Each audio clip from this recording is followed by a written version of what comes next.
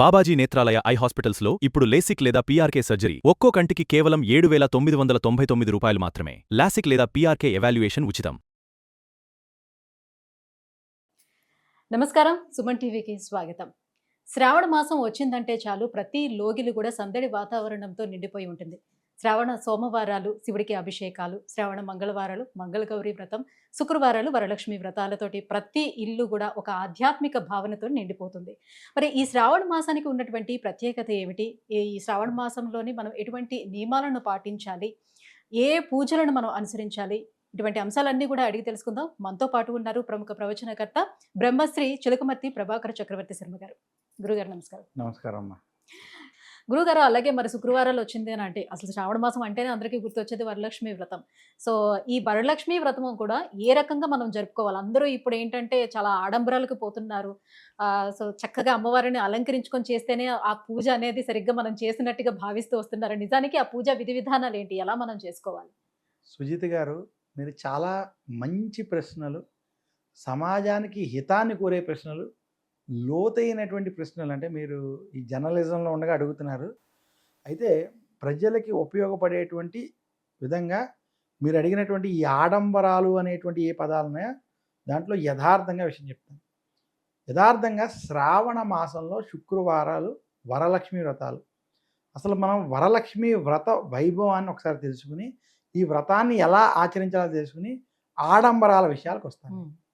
మనకి ఈ వరలక్ష్మి వ్రతం గురించి స్కాంద పురాణంలో చెప్పారు. మనం ఏ వ్రతం చేస్తున్నా అది ఏ పురాణంలో చెప్పారు, ఏ వేదాంతో చెప్పారు, లేదా ఏ ఉపనిషత్తులో చెప్పారు, ఎవరు దాన్ని ఆచరించారనేటువంటి విషయాలు చాలా ముఖ్యం. స్కాంద పురాణంలో పూర్వం నైమిషారణ్యంలో సౌనకాది మహామునులంతా కూర్చుని అనేక పురాణ కథలు మాట్లాడుతున్నప్పుడు అక్కడ ఉన్నటువంటి ఋషులు స్త్రీలు ఎటువంటి వ్రతాన్ని ఆచరిస్తే వారికి లక్ష్మీ కటాక్షం కలిగి అలక్ష్మి తొలుగుతుంది, వారు చేసేటువంటి ప్రతి పనులలో శుభాలు విజయాలు పొందుతారు, వారికి సౌభాగ్యము సుఖము ధనము వంటివి లభిస్తాయనేటువంటి ప్రశ్న అడిగినప్పుడు స్కాంద పురాణంలో శివుడు స్వయముగా పార్వతీదేవికి చెప్పినటువంటి వరలక్ష్మి వ్రత వైభవాన్ని చెప్పడం జరిగింది. ఈ స్కాంద పురాణంలో చెప్పినటువంటి వరలక్ష్మి వ్రత వైభవం ఏదైతే ఉన్నదో దాన్ని మనం గమనించినట్లయితే పార్వతీదేవి శివుణ్ణి ఏ వ్రతం చేస్తే సౌభాగ్యంతో ధనకనక వస్తున్న వాహనాదులతో స్త్రీలు ఉంటారు అనే ప్రశ్న అడిగినప్పుడు శివుడు పార్వతీదేవికి ఈ రకంగా చెప్పాడు. పూర్వం ఒక ఊళ్ళో చారుమతీదేవి అనేటువంటి స్త్రీ ఉండేది. ఆ చారుమతీదేవి చాలా సుశీల, చాలా మంచి వ్యక్తిత్వం ఉన్నటువంటి స్త్రీ. తన ఎప్పుడూ తన యొక్క భర్తని దైవంగా భావించడం, ఆ భర్తని దైవంగా పూజించడం, అత్తమామల్ని గౌరవంగా చూసుకోవడం, వాళ్ళకి కావాల్సింది చేసేవడం, పిల్లల్ని బాధ్యతగా పెంచడం, తల్లిదండ్రుల్ని ప్రేమతో తల్లిదండ్రులతో ఉండడం, ఇదే కాకుండా తన బంధుమిత్రులతో కూడా ఆ యొక్క చారుమతి ఎవ్వరిని నొప్పించకుండా వారితో కూడా స్నేహభావంగా ఉండడం, చుట్టుపక్కల వాళ్ళు ఇరుపొరుగు వారితో కూడా గౌరవ భావంతో ఉండడం, ఇలా ఉంటూ భక్తితో లక్ష్మీదేవిని పూజించేది.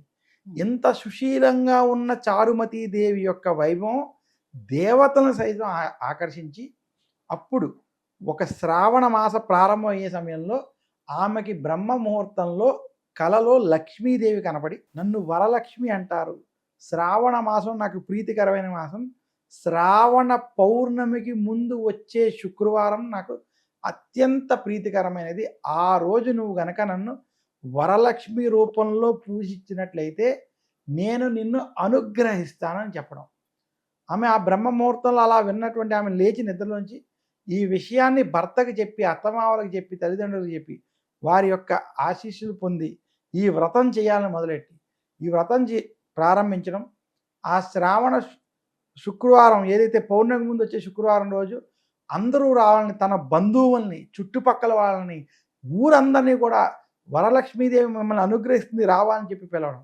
అలా ఇంటి వద్ద వరలక్ష్మీదేవిని పెట్టి వ్రతాన్ని చేసి అక్కడ ఉన్నటువంటి ముత్తైదువులకి తాంబూలం అది ఇచ్చి వారి ఆశీస్సులు తీసుకోగానే తన ఒళ్ళంతా బంగారం అయిపోవడం, ఇల్లంతా ధనధాన్యాలతో ఉండడం, అక్కడికి వచ్చినటువంటి వారికి కూడా అలా ధనధాన్యం వంటి కలగడం. ఈ విషయం తెలిసి ఊళ్ళో అనేక మంది అక్కడికి వచ్చి అమ్మవారిని దర్శించి ప్రసాదం తీసుకోగానే వాళ్ళకి కూడా వచ్చినటువంటి బళ్ళు కూడా ధనధాన్యాలతో నిండిపోవడం. ఈ రకంగా ఈ యొక్క చారుమతీదేవి కథ ద్వారా వరలక్ష్మి వ్రత వైభవాన్ని చెప్తారు. అయితే ఇక్కడ మనం ఈ కథలో పట్టుకోవాల్సిన విషయాలు కొన్ని ఉంటాయి. ఏంటి చారుమతీదేవి వరలక్ష్మి వ్రత చేస్తే అందరికీ అంతే. బంగారం అయిపోవడం ఏంటి, ధనధాన్యాలు అయిపోవడం ఏంటి, మరి నేను రోజు చేస్తున్నాను నాకెందుకు అవ్వట్లేదు, లేదా అక్కడికి వచ్చి చూసిన వాళ్ళకి అయిపోవడం ఏంటి అనేటువంటి ప్రశ్నలు కాసేపు పక్కన పెట్టి అసలు ఇందులో ఉన్నది విషయం ఏమిటంటే, చారుమతీదేవిలాగా ఎవరు స్వచ్ఛమైన మనసుతో ఉన్నారు. ఎత్ర స్వచ్ఛ తత్ర లక్ష్మి అని శాస్త్రం. ఎక్కడైతే స్వచ్ఛత ఉంటుందో అక్కడ లక్ష్మీదేవి ఉంటుందని మన యొక్క శాస్త్రం చెబుతుంది.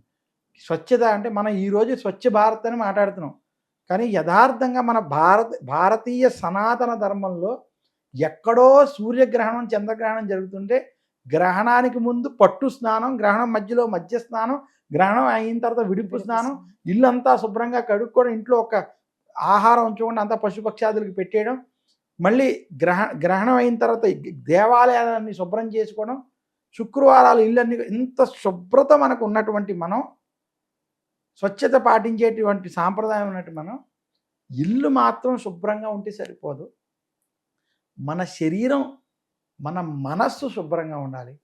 ఈ యొక్క స్వచ్ఛత చారుమతిలో ఉంది.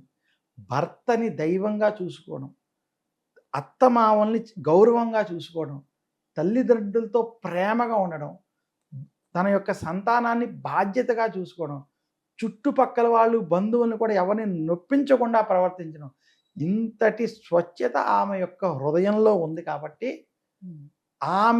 కేవలం ఆమెకి వరలక్ష్మీదేవి కనిపించింది.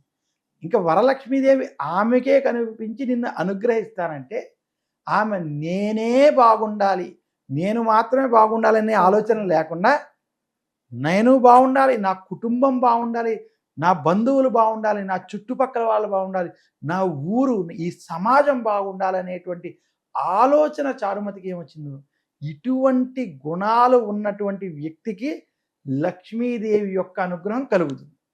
దీంట్లో ఇంకొక విషయం మనం గమనించాలి. లక్ష్మీదేవి అంటే చాలామంది డబ్బు ధనం అనుకుంటున్నారు. మనకి కొంతమందికి ధైర్యము లక్ష్మి, కొంతమందికి ధనము లక్ష్మి, కొంతమందికి సౌభాగ్యం లక్ష్మి, కొంతమందికి సంతానం లక్ష్మి. మనకి 8 రకాల లక్ష్ములు ఉన్నారు. ఈ 8 రకాల లక్ష్ముల్నిలో ఎవరిని పూజిస్తే మంచిది అంటే, ఈ 8 రకాల లక్ష్మిల్ని ఎవరిని వదలడానికి లేదు. ఒక్క వరలక్ష్మిని కనుక నువ్వు పూజిస్తే అష్టలక్ష్మిని పూజించినటువంటి ఫలితం ఈ వరలక్ష్మి వ్రత వైభవానికి ఉందని కూడా మన పెద్దలు చెప్పారు.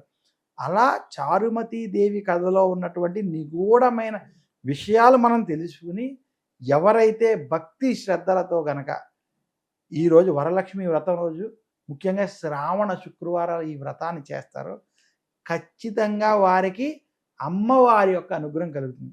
అందుకనే ఈ వ్రత విధానంలో ఇంటిని ప్రతి ఒక్కరూ శుభ్రం చేసుకుని, ముఖ్యంగా ముందు రోజు శుభ్రం చేసుకున్న తెల్లవారుజాము శుభ్రం చేసుకుని ఇంటికి మామిడి తోరణాలు అలంకరణ చేసుకుంటారు. చాలామంది ఎందుకు ఇవన్నీ చేస్తారు, కృష్ణాష్టమి రోజు పాదాలు ఎందుకు వేస్తారు, వినాయక చవితిలో ఇన్ని అడుగుతారు.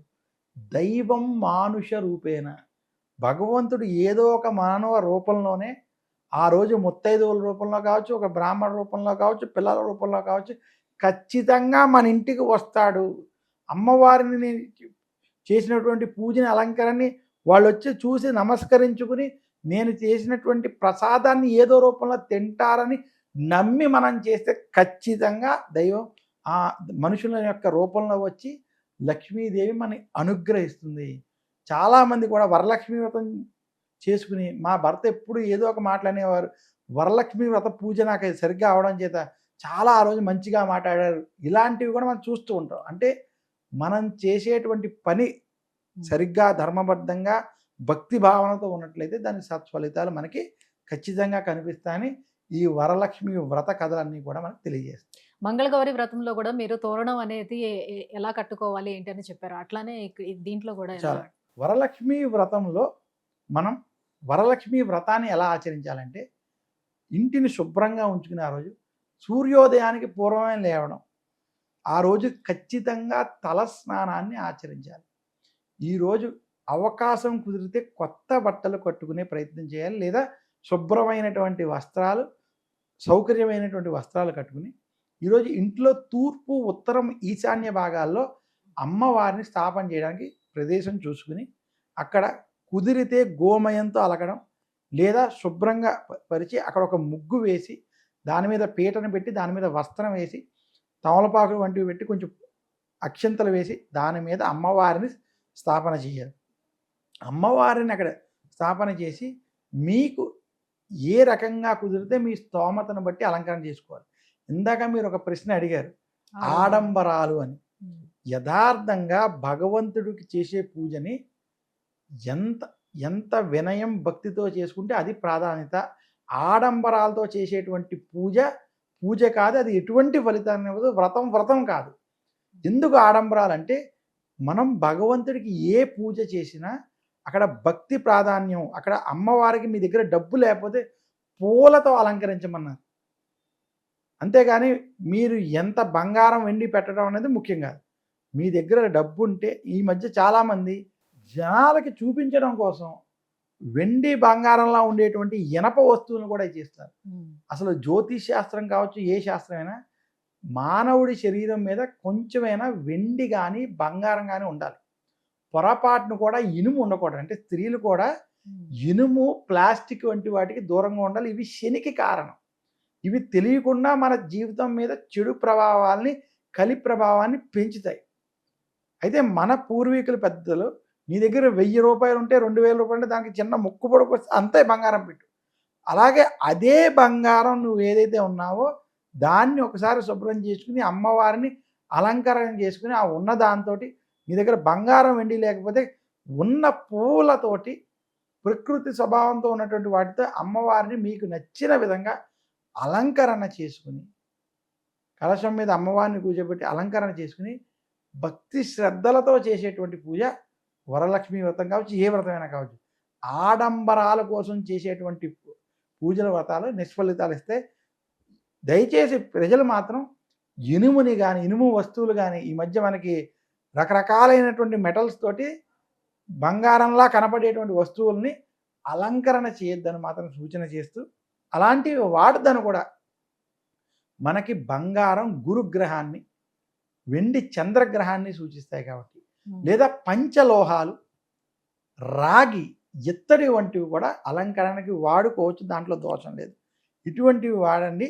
ఇటువంటి వాటితో గనక అలంకరణ చేసినట్లయితే రవి, కుజగ్రహాలు, ఇతర శుభగ్రహాల యొక్క దృష్టి వలన సత్ఫలితాలు పొందొచ్చు. ఆడంబరాల కన్నా భక్తి మనకు ముఖ్యం. గురుగారు, శ్రావణ మాసం యొక్క విశిష్టత, అలాగే శ్రావణ మాసంలో వచ్చేటువంటి వ్రతాలు, వాటి వ్రత విధి విధానాలను కూడా మాకు వివరించారు. ధన్యవాదాలు. ధన్యవాదాలు.